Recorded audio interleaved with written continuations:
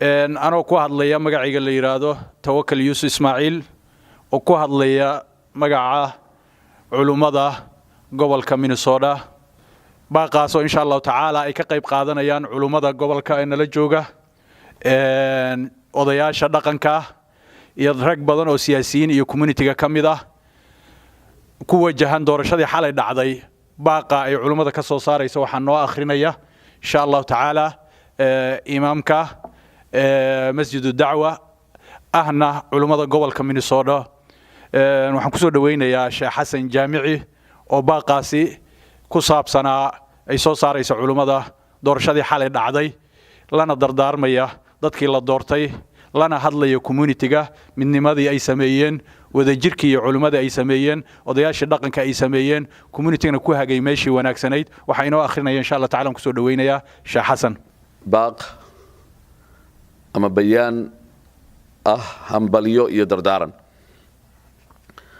باقا نكو جهان دورشدي قبصونتي شالي أو هيد ودن كمراكن كايك قبصونتي شالي أو هيد نوفمبر لحظة لبدا كون استيدي طبعا كارهان قبل كم من الصوت باقا نحاسو جيدين دونه علماء مساجدها iyo odayaasha iyo waxgaradka reer Minnesota qaar kamid ah bismillaahir rahmaanir rahiim waxa mahad leh ilaahi subhanahu wa ta'ala nabadgeliyo iyo naxariis ha ahaato nabi maxamed calayhi salaatu wasalaam dushiisa kow annagoo ah culimada odayaasha iyo waxgaradka gobolka reer Minnesota waxaan ilaahay ugu mahad celinaynaa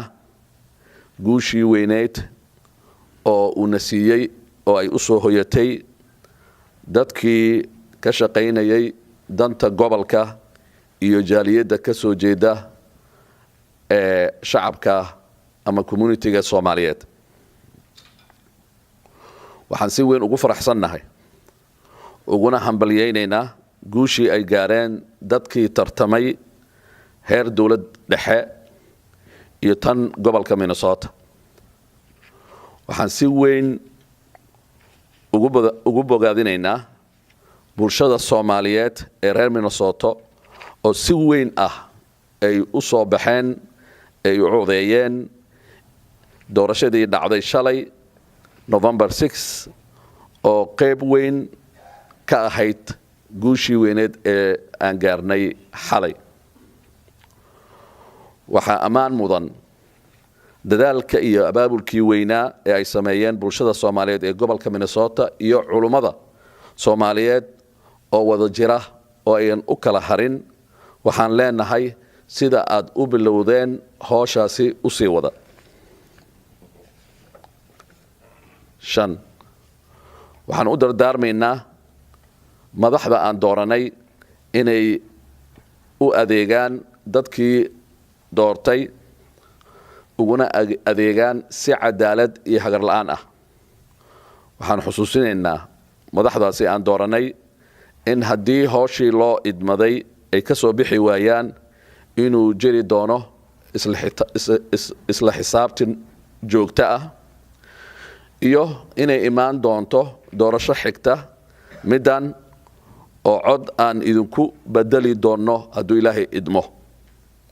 lix waxaan xusuusinaynaa madaxda Soomaalida ee aan dooranay in ay si hufan ay u matalaan diinta Islaamka iyo akhlaaqda iyo dhaqanka ay ka soo jeedaan todoba waxaan u dardaarmaynaa madaxda Soomaaliyeed madaxda Soomaalida inay ka shaqeeyaan wadajirka isku duubnida heer degmo iyo heer gobol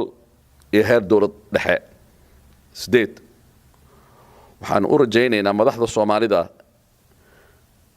inay madaxda Soomaalida ee bariga Afrika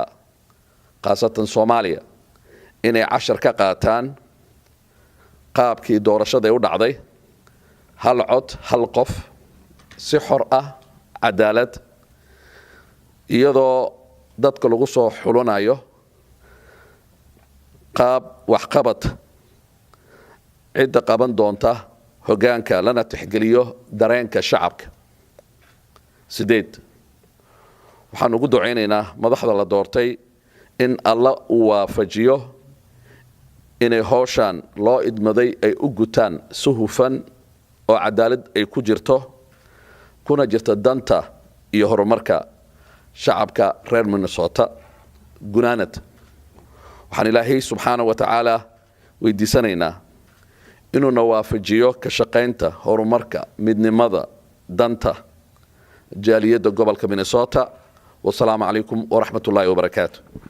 أما ذاتك دانتي أن مثاليا وحان هاي سوى شيخ وبشيخ شحاس الجامعي أبابلك أنصو بني ما دام يضفر ربان ستيزا نوقعتان ضبضان أيقان قارن أو عدكين وماشا كان موغلو سومالي وحي تراها ماشا أما كان مغنو أما كان موغلو حدا إنو كان مغنانا وين أنقورنا لكن هذين أقولين وينينو دانتا سوماليا كهذا الله وينينو عدكين موغلا سوماليا وحي تراها ما هذا الذي هو يدي ويقلسا عرورتي لشي هو يدو أو ولا لها المها هذا لون واي هبرت ويقلسا ما حاضر مالي عرقا مريكا لجوغو أو ضمينتي ذاتك الله دورتي وحينو دوراني إني مثلا سوماليا مريكا لما دوران جيس أفريقيا وحن كرجهنا إن شاء الله تعالى إن ودجر يضربنا أي نتصيان أي مدينة بانهاي يعقاشي وسيدني والسلام عليكم ورحمة الله وبركاته. وحاب بقولين إن قولك أول ماشان أنمد dadkii doorashadan ka qayb qaatay kuwii la doortay waxaan leenahay Ilaahay subhanahu wa ta'ala ha idin hagaajiyo shaqada la idin doortay Ilaahay ku garab gala inaad qabataan kuwii doortayna waxaan rajaynaynaa iyagana tacabka ay galeen inayna ku khasaarin taas waa mid weeye midda kale waxaan sheegaynaa dadka haday midoobaan wax badan baa u suuro gala hadaysan ay midoobi waayaan wax badan baa ka halaabi marka waxaan walaalayaal aniga oo magacayga ku hadlay magaca culimada iyo magaca jaaliyadda iyo ugaasiyahaba waxaan u soo jeedin lahaa dadkeena Soomaaliyeed ee wadankan degan inaynu kor u toosno inaynu fiirino danaha jaaliyaddan wixii jooga aynan xooga inta badan saarin wixii inaga maqan maxaa yeelay tanaab ina mashquulinaysa marka jazaakumullahu khayran haddaynu nahay community-ga Minnesota ee Soomaalida waxaynu horumar ku gaari karaa muwaafaqo iyo midnimo iyo wadanka aan joogno systemkiisa oo ah cod qof iyo codkiisa wadankan cod baa wax lagu kala goostaa maantana waxaad aragteen codkiinii inaad ku goosateen oo aad dhalinyaradiinii ku soo saarteen midaasaad arkaysaan wadankan marka sidaynu ku noolaan karo waa sidaas muwaafaqo iyo doorashada oo aan ka qayb galno yaynu isku ognahay waxaan u mahadnaqayaa dhalinyaradii soo baxday ee dadaashay ee geesiyiinta waxaan leeyahay shacabka Soomaaliyeed iyo wadanka aad joogtaan systemkiisa dadweynihiisa oo dhan baad mas'uul ka tihiin khaasatan wadankan aan joogno waa community-yo isu tagay waxaad matalaysaan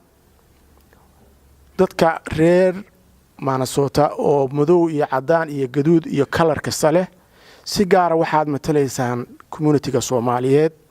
meel kasta aad joogtaan waxaan ka rabnaa hadalkii sheekha ayaa kamid ahaa meeshaad joogtaan ku matala magaca islaamka ku matala magaca Soomaaliyeed ku matala in aad muujisaan shaqo wanaag ummadda si ay u noqoto wada aad u sii xaarteen waa intaasaan ku soo koobay hadalkayga waa mahadsantiin community muslimiinta oo Soomaaliinta ah haday isu yimaadaan oo xuduudooda muujiyaan oo isku tashadaan qofna way soo saari karaan qofna way ridi karaan marka waa inay ku xisaabtamaan marka ugu horeysa inay midnimadooda ay isu keenaan markaas bay waxay rabaan ay sameyn karaan sidaas daraadeed community-ga Soomaalida waxaan leeyahay please ama kuwan hadda aan soo saarnaa noqdo ama ku imaan doona noqotay hal midnimo ah aan qofka aan metelno qodobka kale waxa weeye siyaasiyiinta ama Soomaali ha noqdeen ama nan Soomaali ha noqdeen xooga Soomaalidu ma ahan mid la yareysan karo haddii aysan ku xisaabtamin oo markii doorashada ay rabaan ay community-ga albaabkiisa garaacaan markii la doortana ay ka tagaan experience baan yeelano hadda kadib wax xisaabtamayna wadaadada ka hadlay oo hadda fiirisid dadka maanta soo baxay ma aha community Soomaaliya inay kaliya soo saareen waxaa soo saaray dad cadaan ah dad madow ah dad badan oo aan Soomaali ahayn ayaa soo saaray maxay yahay percentage-ka Soomaaliga ka qayb galay markaa fiirisid doorashada waa dad aad u yar laakiin numberka ay heleen dadka annaga aan rabnay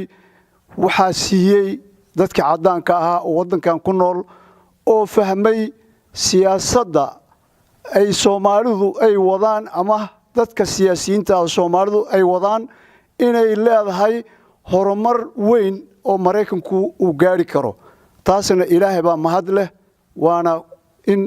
aan isku boorinaa oo aan ka shaqeynaa in danaha Mareykanka iyo sidii aan maartay ummadda Mareykan aan ku dhaxnoolnahay